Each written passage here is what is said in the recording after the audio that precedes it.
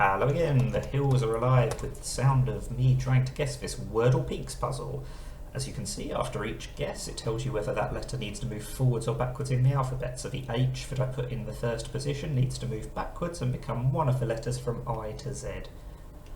And similarly for the other letters, so they're not that well restricted at the moment.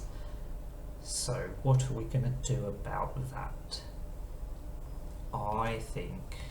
Let's try a DY ending. How about moody? Okay, we've got the last letter, but still not too much else.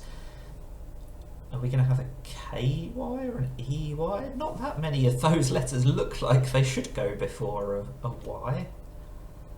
I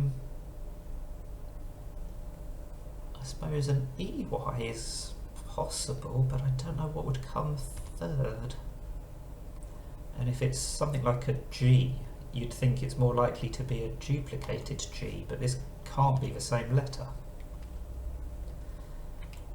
What else could we have?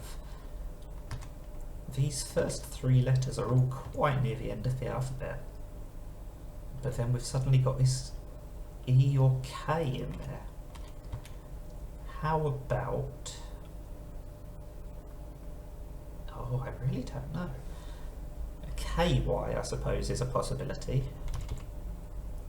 Because you wouldn't have a duplicated K in the same way that you'd have a duplicated G. Oh, I was about to try murky, but it can't be an M as the first letter. Oh, I'm making a mess of this. I don't know what it could be. It's not going to be a JY or an IY. It's surely not going to be an FY. Oh, it could be an SHY, couldn't it? Let's try pushy. There we go. That was a lot of thinking. I should have got that quicker, I think.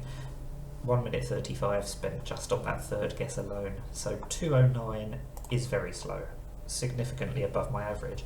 But I'm very happy that I got it in 3.